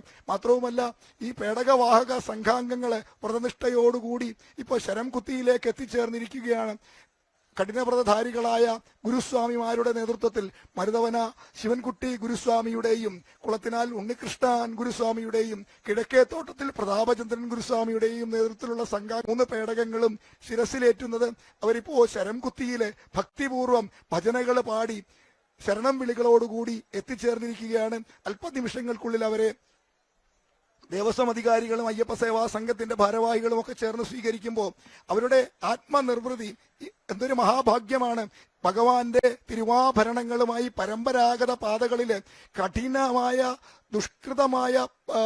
ദുഷ്കരമായ പാതകൾ താണ്ടി വരുന്ന കല്ലും മുള്ളും കാലിന് മെത്തയാണെന്ന് പറയാമെങ്കിലും അതത്ര സുഖകരമല്ല. പക്ഷെ ആ ദുഷ്കരമായ പാതകളിലൂടെ വരുമ്പോഴും മനസ്സിലുള്ള നിർവൃതി, ശിരസിലിരിക്കുന്ന തിരുവാഭരണങ്ങള്, ഭഗവാന്റെ ശ്രീകോവിലിൽ ചാർത്തിയുള്ള ദീപാരാധനയുടെ നിമിഷം, അത് മനസ്സിലോർക്കുമ്പോൾ ആ പ്രതിസന്ധികളെല്ലാം ഇതിനോട് അനുഗമിക്കുന്ന ആയിരക്കണക്കിന് ഭക്തന്മാരും ഈ പ്രതിസന്ധികള്, തടസ്സങ്ങള്, ബുദ്ധിമുട്ടുകള്, രാവിലെയുള്ള നടത്തത്തിന്റെ ക്ലേശങ്ങള് ഒക്കെ വരുമ്പോൾ ഇനിയൊരിക്കലും വരരുത് എന്ന ആ നിമിഷത്തിൽ തോന്നുമെങ്കിലും പിന്നീട് ഓരോ വർഷം കഴിയുമ്പോഴും ആ മകരവിളക്കു കാലമെടുക്കുമ്പോഴും ഓരോ തീർത്ഥാടന കാലമെടുക്കുമ്പോഴും വീണ്ടും വരാനുള്ള തയ്യാറെടുപ്പുകൾ മനസ്സറിയാതെ തന്നെ നടത്തുന്ന കാഴ്ച അത് കാണാൻ സാധിക്കും. 2 പതിറ്റാണ്ട് കാലമായി ഈ തിരുവാഭരണ ഘോഷയാത്രയോടൊപ്പം അനുഗമിക്കുമ്പോൾ ആദ്യം ഒരു സാധാരണ ഇതിനോടൊപ്പം പിന്നിൽ ഒരു സാധാരണക്കാരനായ ഒരു സാധാരണ ഭക്തനെ പോലെ ശരണം വിളിച്ചു വന്ന് പിന്നെ ഇതിന്റെ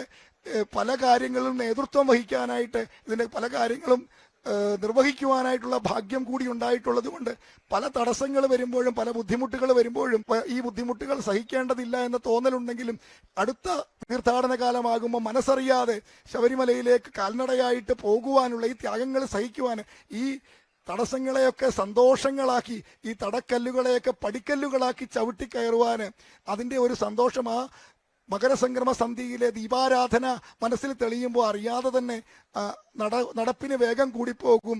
കാലിൽ തറയ്ക്കുന്ന മുള്ളുകളൊക്കെ പൂക്കളായി മാറുന്ന ആ ഒരു നിർവൃതി. ആ 25ഓളം ആളുകളാണ് ഈ സംഘത്തിലുള്ളത്.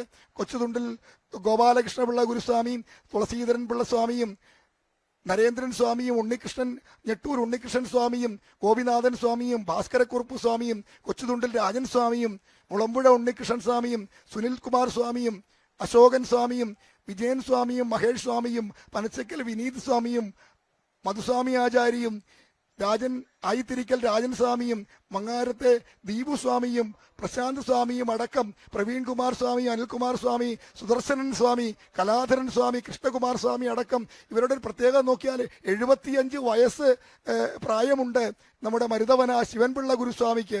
അതേപോലെ തന്നെ ഇതിനകത്തിന് മുകളിൽ പ്രായത്തില് ഈ വലിയ കുന്നുകൾ കയറാൻ തന്നെത്താൻ നടന്നു കയറാൻ പ്രയാസമുള്ള ചെമ്മൺ പാതയും അതേപോലെ നീലിമലയുടെ അടിവാരത്ത് നിന്നും ഉള്ള കയറ്റവുമൊക്കെ ഈ ശിരസിലെ ഈ ഭാരമേറിയ തിരുവാഭരണ പേടകവും വെച്ച് കയറുമ്പോൾ അതിശയം തോന്നിയിട്ടുണ്ട്.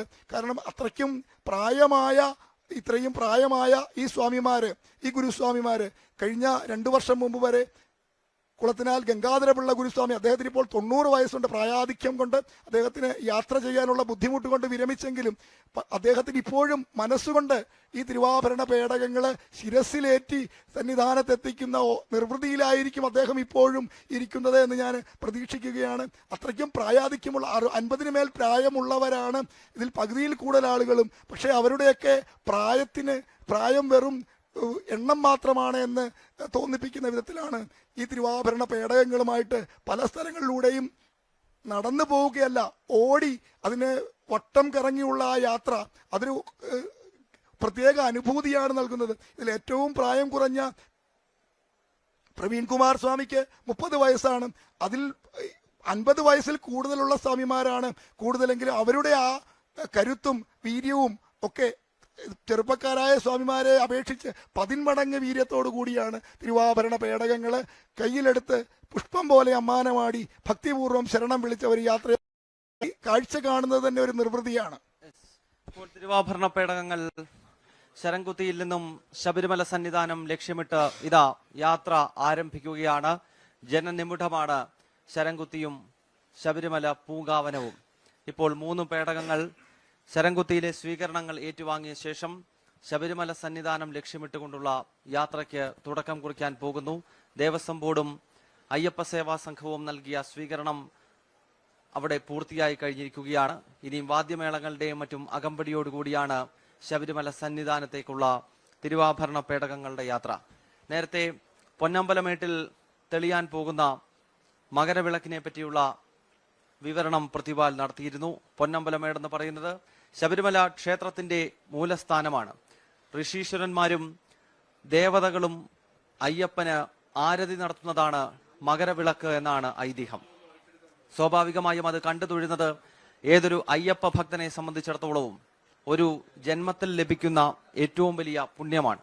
അതിനാൽ തന്നെ പൊന്നമ്പലമേട് ദൃശ്യമാകുന്ന ഓരോ സ്ഥലത്തും 10,000-കണക്കിന് അയ്യപ്പ ഭക്തന്മാർ തമ്പടിച്ചിരിക്കുന്നു. 18 മലകൾക്കിടയിൽ ഉള്ള കാനന ക്ഷേത്രമാണ് ശബരിമല. അതിനാൽ തന്നെയാണ് 18ാം പടി അവിടെ ഒരുക്കിയിരിക്കുന്നത്. ഈ 18 മലകൾ ഏതൊക്കെയെന്ന് വളരെ പെട്ടെന്ന് ഈ ഘട്ടത്തിൽ ഒന്ന് പരിശോധിക്കാം. ഒന്ന് ശബരിമലയാണ്, മറ്റൊന്ന് പൊന്നമ്പലമേടാണ്. നമ്മളിപ്പോൾ ചർച്ച ചെയ്ത അല്പസമയത്തിനകം മകരജ്യോതി അല്ലെങ്കിൽ മകരവിളക്ക് തെളിയാൻ പോകുന്ന അയ്യപ്പന് ദീപാരാധന ഒരുക്കുന്ന പൊന്നമ്പലമേട്. മറ്റൊന്ന് ഗൗഡൻമല, നാഗമല, സുന്ദരമല, ചിറ്റമ്പലമേട്, കൽഗിമല, മാതങ്കമല, മയിലാടുംമേട്, ശ്രീപാദമല, ദേവർമല, തലപ്പാറമല, നീലിമല, കരിമല, പുതുശ്ശേരിമല, കാളകെട്ടിമല, ഇഞ്ചിപ്പാറമല, ഇങ്ങനെ 18 മലകൾക്കിടയിൽ വരുന്ന കാനന ക്ഷേത്രമാണ് ശബരിമല. ഈ 18 മലകൾ അടങ്ങുന്നതാണ് അയ്യപ്പന്റെ പൂങ്കാവനം എന്നതാണ് ഐതിഹ്യവും വിശ്വാസവും.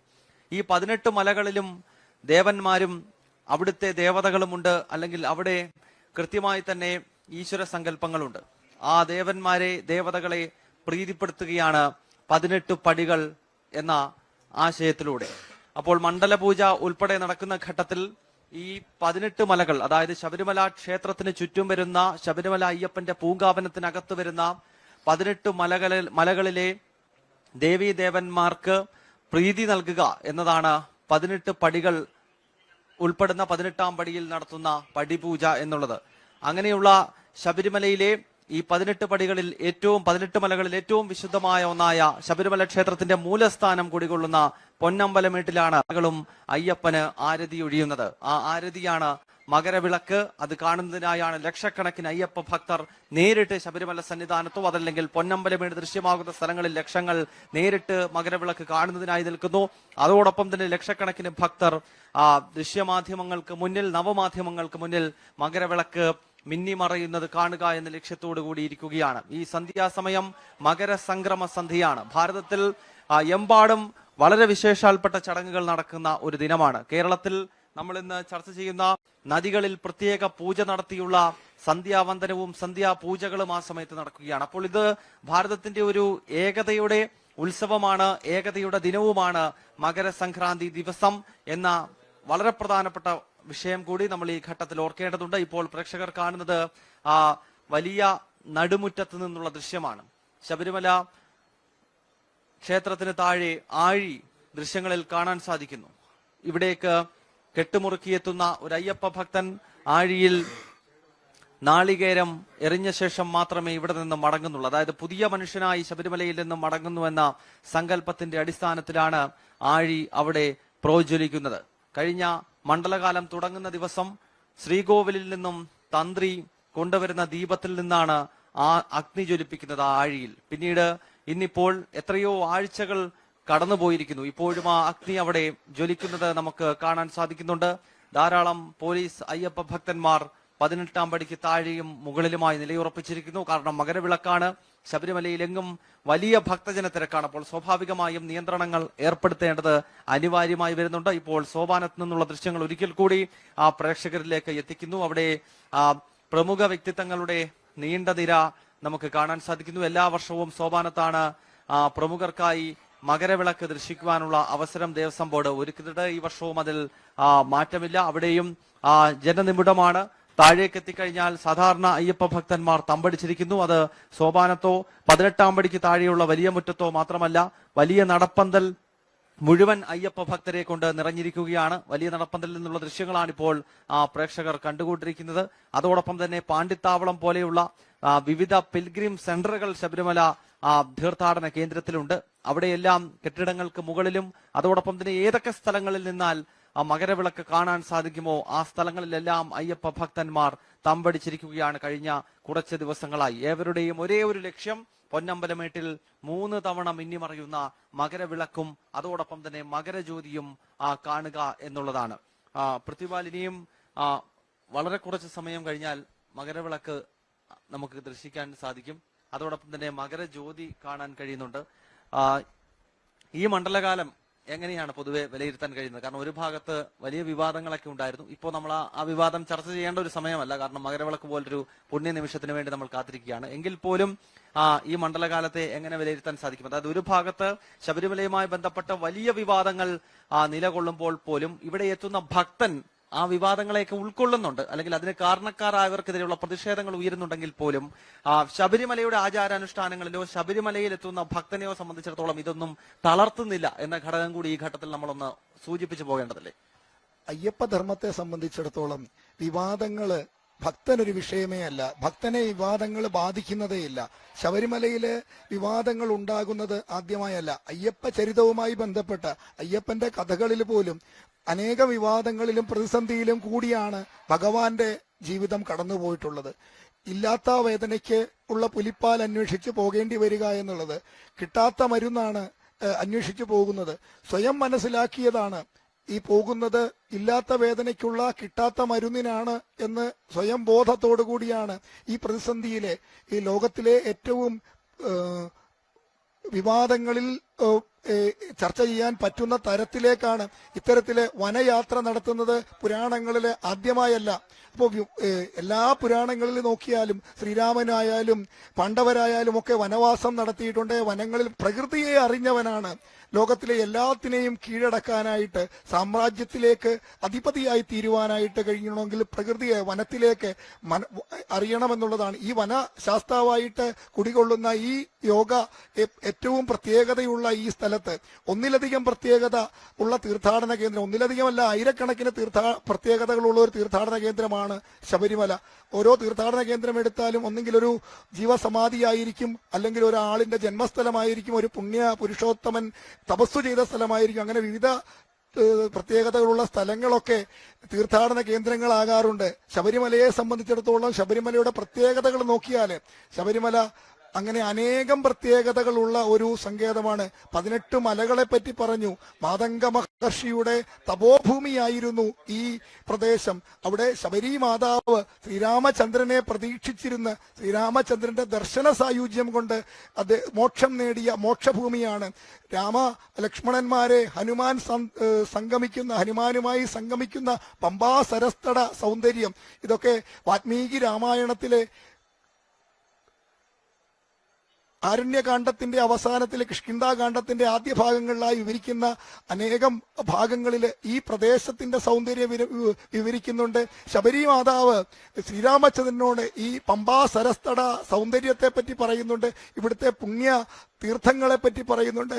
കുംഭതള തീർത്ഥം, മാതംഗ മഹർഷിയെ പോലെയുള്ള അനേകം മഹർഷീശ്വരന്മാര് ഇവിടെ തപം ചെയ്ത ഭൂമിയാണ്. എന്റെ പൂർവികരായ ഋഷീശ്വരന്മാര് തപം ചെയ്ത തപോഭൂമിയാണിത് എന്ന് ശ്രീരാമചന്ദ്രനോട് പറയുന്നുണ്ട്. അവർക്ക് സപ്തസാഗരങ്ങളില് നദികളിൽ പോയി സ്നാനം ചെയ്യുവാൻ സാധിക്കാത്തത് കൊണ്ട് അവരെ ആവാഹിച്ചു വരുത്തിയ പുണ്യതീർത്ഥങ്ങളാണ് ഈ കാണുന്നത്.